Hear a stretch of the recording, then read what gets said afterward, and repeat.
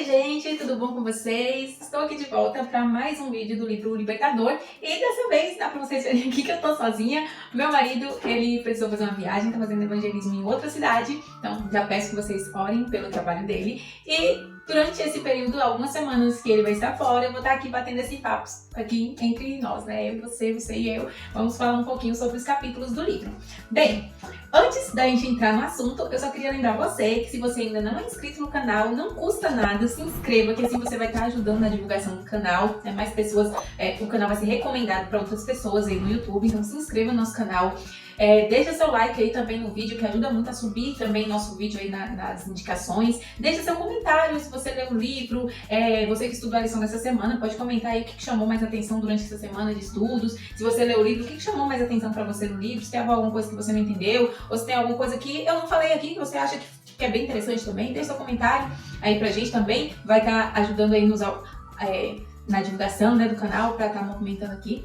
E compartilhe com seus amigos esse vídeo, assim você também vai estar levando o evangelho a outras pessoas através dos nossos vídeos. Então, sem mais delongas, depois de fazer meu merchan, vamos para o estudo dessa semana. O capítulo dessa semana, os capítulos, são 3 capítulos que a gente vai aqui fazer um pequeno resumo. Esses 3 capítulos serviram como base para a lição que a gente estudou durante a semana, que tem o título Vida Eterna. Então, com base, né, no que a gente estudou nessa semana, vamos falar um pouquinho aqui sobre esses 3 capítulos, né, que serviram como base para a semana toda.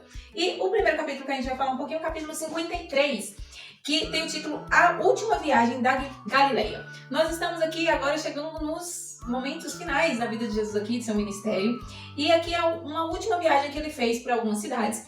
E desde o início, quando a gente começou a falar sobre as viagens de Jesus, né, o ministério terrestre dele aqui, a gente sempre comentou que sempre que ele fazia alguma coisa, ele pedia para as pessoas não falarem muito, ele não se divulgava, né, não fazia assim propaganda dele mesmo, ele sempre muito discreto e não chamava atenção para si.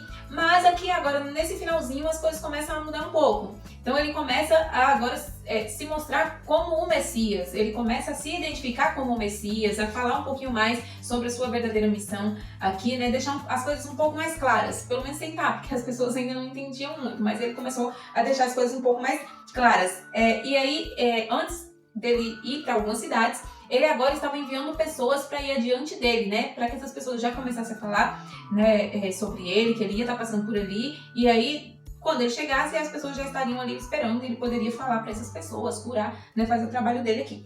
Então, no meio dessa situação toda, ele começa a passar agora por algumas cidades, alguns povoados samaritanos. E ele não foi muito bem aceito, né, por essas pessoas. E aí o que acontece? A gente tem aqui uma situação que eu achei muito interessante, que onde nesse povoado, um dos povoados samaritanos que Jesus e seus discípulos estavam passando, as pessoas se recusaram a recebê-lo, falaram que não tinham onde hospedar, não queriam mesmo receber Jesus e seus discípulos. Então Tiago e João, que eram mensageiros, né, de Jesus, né, estavam junto com Jesus, eles perguntaram para Jesus se queria que eles orassem para que Deus jogasse fogo do céu e destruísse todas aquelas pessoas. Eles estavam ali próximos do Monte Carmelo, onde Elias tinha orado a Deus, né, para descer o fogo do céu, consumir o sacrifício, e foi onde também morreram ali os 400 profetas de Baal e tudo mais. E acho que inspirados por todo esse contexto histórico, os discípulos perguntaram para Jesus, esse povo não quer receber o Senhor, né, o Messias e tudo mais.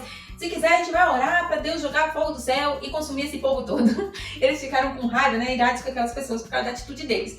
Mas Jesus deu uma resposta que serve também para que a gente possa refletir. Eu achei assim um pouco pesado, porque é uma coisa muito séria, porque às vezes a gente fica chateado com as pessoas e eu vejo no mundo que a gente vive muitos cristãos desejando o mal para algumas pessoas, porque as outras pessoas às vezes, né, fazem algumas coisas ruins. A gente quer a gente quer que seja normal a gente desejar o mal para quem é mal. Mais ou menos isso. Por exemplo, depois que eles falaram isso, Jesus respondeu para eles. Vocês não sabem de que espécie de espíritos são, pois o Filho do Homem não veio para destruir a vida dos homens, mas para salvá-los. E aí Jesus diz mais. Ellen White aqui comenta que não pode haver evidência mais conclusiva de que possuímos o espírito de Satanás do que o desejo de ferir e destruir os que não gostam do nosso trabalho e agem de maneira contrária às nossas ideias. Então isso é um espírito né, satânico. Quando a gente deseja o mal para as pessoas, só porque as pessoas não estão de acordo com o nosso trabalho, com a nossa maneira de viver, pessoas que vão contra nós, e aí a gente fica desejando o mal para elas. Nada pode ser mais ofensivo a Deus do que, por causa da intolerância religiosa, causar sofrimento àqueles que foram comprados pelo sangue de Cristo. Jesus pagou por todos nós, inclusive aquelas pessoas que são contra Ele. Então, mesmo as pessoas que nos perseguem, nós não devemos, né, sentir esse tipo de sentimento por essas pessoas. Então, nesse contexto todo, Jesus agora escolhe 72 homens e envia à sua frente para os demais povoados, para que essas pessoas possam anunciar que ele vai estar passando por ali e tudo mais. E aí esses 70 não receberam aquele aviso. Há um tempo atrás a gente estudou, quando Jesus enviou seus 12 apóstolos para algumas cidades para pregar, né? Deu ali a incumbência dele estar curando, expulsando demônios e tudo mais, e falando das pessoas, batizando e tudo mais. E ele tinha avisado para ir na cidade de judeus, né? E não ir nos gentios. Dessa vez, Jesus não falou isso, e pelo contrário, eles passaram por muitas cidades samaritanas. Então teve essa diferença aí, esses 72 homens agora eles vão a todas as cidades ao redor, anunciando a passagem de Jesus. E aí foi no meio dessa passagem aí de algumas cidades que Jesus está em uma das cidades ali e chega para ele está ensinando o povo, e aí chega no meio ali do povo um perito da lei, ali uma pessoa que julgava, né, um perito da lei. E esse homem chega para Jesus e diz: mestre, o que preciso fazer para herdar a vida eterna? Né? Aí agora o capítulo 54 do livro. Esse perito chega para Jesus falando das pessoas.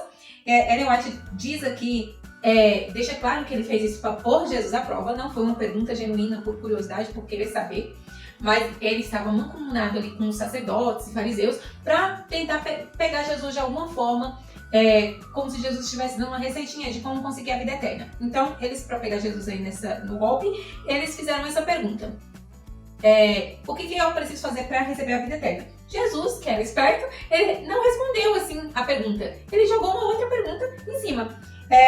Jesus chega para ele e diz: o que está escrito na lei? Como você lê a lei? Ele joga uma outra pergunta. E aí o perito responde para ele: ame a Deus de todo o seu coração, toda a sua alma, toda a força, e ao próximo como a ti mesmo. Então. E aí Jesus fala para ele, respondeu bem, ele realmente tinha dado uma resposta, né, satisfatória, assim mesmo. E aí Jesus chega para ele e fala assim: vá e faça isso. Ao invés, aquele homem, né, segundo Ellen White comenta aqui no livro, ele não era uma pessoa muito boa, né, não amava muito o próximo. E ao invés de se justificar, ao invés de se arrepender, ele tentou se justificar. E aí pergunta para Jesus: mas e quem é o nosso próximo? Quem é o meu próximo? Porque havia uma dificuldade, uma questão entre os judeus, de que para eles o próximo, né, as pessoas que eles deveriam ajudar, que eram gente como eles, eram outros judeus. Os gentios para eles não eram, aqui diz que imundos, tratavam como imundos, eram pessoas inferiores, que eles não consideravam como pessoas como eles, que eles deveriam ajudar, não consideravam como o próximo. Então, nesse contexto, Jesus conta uma história para esse doutor da lei, consequentemente para todas as pessoas que estavam ali também assistindo, né, esse debate ali, esse bate-papo. Jesus conta uma história, mas não era uma história inventada, uma parábola, né, como de outras vezes, uma história real. E aí Jesus diz que certa vez, um homem estava descendo de Jerusalém até Jericó, e no meio da estrada, né, nessa descida lá, tinha uma estrada de cascalho e tal, um pouco perigosa, que já tinha fama de ter alguns salteadores, mas tinha que passar por lá. E esse homem estava passando e foi atacado por ladrões. Esses ladrões bateram nele, o espancaram, roubaram as roupas dele e deixaram ele quase morto. E esse homem ficou largado lá e de repente veio ali um sacerdote passando, e esse sacerdote deu uma olhada e passou pelo outro lado, não parou para ajudar o homem. Depois de um tempinho passou também um levita, e o levita também olhou para o homem e passou pelo outro lado. Esses dois homens, eles pertenciam a uma categoria de representantes de Deus aqui na Terra.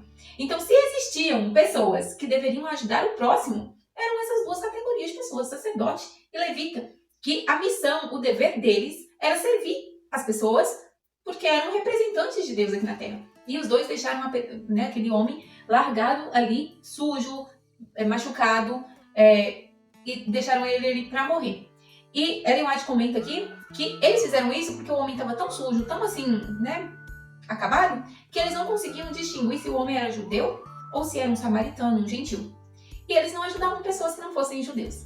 E eles pensaram, isso não é problema meu, isso não é comigo. E aí foram embora e deixaram o homem naquela situação. Passou um tempinho e aí veio um samaritano.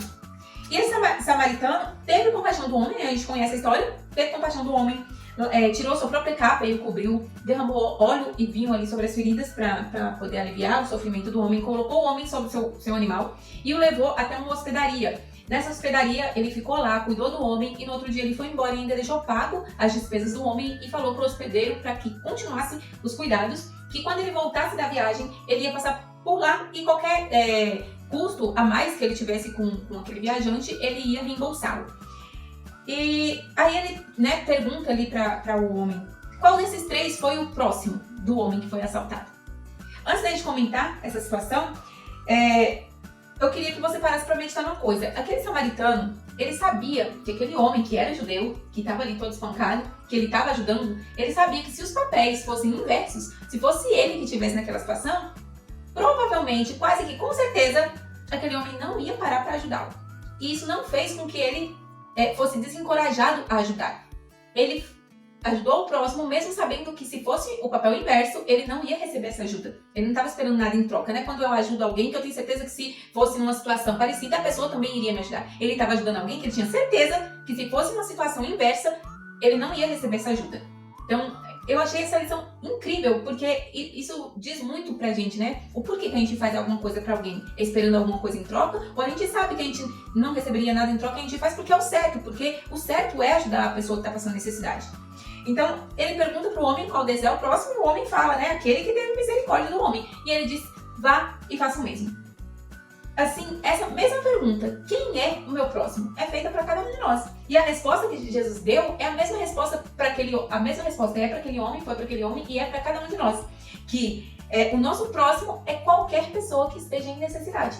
Qualquer pessoa que nós temos contato, que está em necessidade, é o nosso próximo. E é nossa missão, aquilo que nós devemos fazer é ajudá-lo. Se tiver em nossas, aquilo que tiver em nossas condições, aquilo que nós pudermos fazer, é nosso dever fazer como filhos de Deus, como representantes dele aqui também na Terra. Passou um pouquinho, agora a gente vai para o capítulo 57, a gente está pulando 55 e 56, gente, mas na lição da semana que vem, vai ser esses 2 capítulos. Então a gente vai pular agora, mas a gente vai voltar nele semana que vem. E o capítulo 57 fala de uma outra pessoa que fez uma pergunta parecida, praticamente a mesma pergunta. Falta apenas uma coisa, é o título.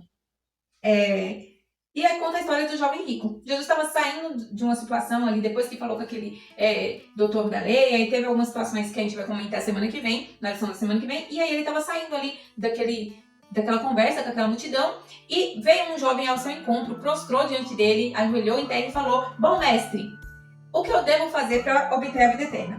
O que farei? O que eu tenho que fazer? E aí Jesus fala para ele que ele deveria guardar os mandamentos de Deus. E aí o jovem responde que todos os mandamentos ele tem guardado desde a adolescência, mas ele sentia que ainda faltava alguma coisa, sentia em seu coração que alguma coisa ainda lhe faltava. Em resposta, ele disse que ainda faltava alguma coisa, e aí Jesus olhou para ele, e Jesus ele lê o íntimo das pessoas, e ele percebeu que alguma coisa, ele percebeu o que faltava para aquele jovem. Aquele jovem ele era um príncipe, ele fazia parte como chama?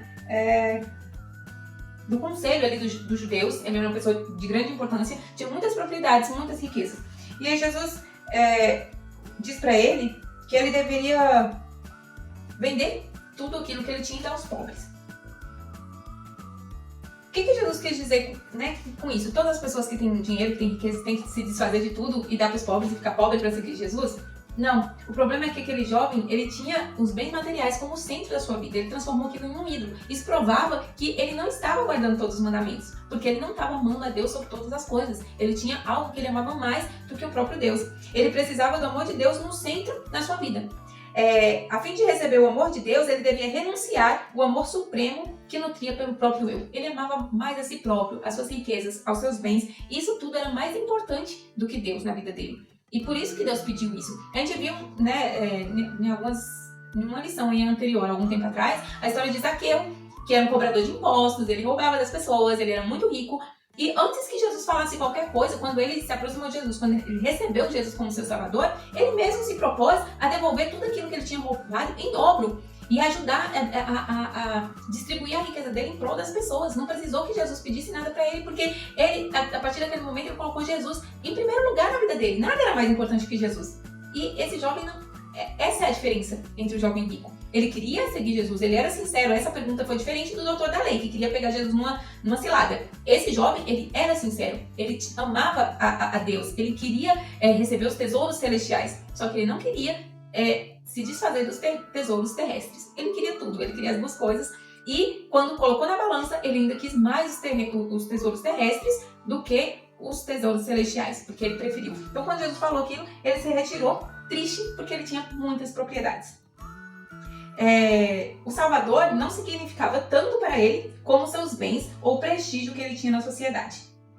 E, pra gente finalizar, só queria ler mais um trecho aqui que eu achei muito importante, que diz: milhares de pessoas passam por essa prova, tendo de pesar Cristo e o mundo, e muitas delas escolhem o mundo.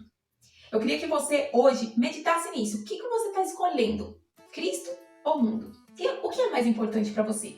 Que nossa resposta seja diferente ao jovem rico. Que nós possamos colocar Deus em primeiro lugar. Que todas as coisas que a gente tem aqui nesse mundo, isso que a traça vai acabar com tudo, vai ser destruída, a traça e o fogo vai destruir tudo.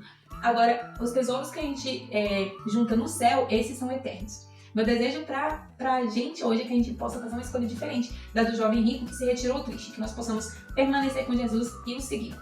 Vamos orar? Querido Jesus, muito obrigado pelo estudo dessa semana. Obrigado porque o Senhor nos mostrou que para que a gente obtenha a vida eterna, a única coisa que precisamos fazer é colocá-lo em primeiro lugar. É viver a nossa vida de acordo com a tua vontade.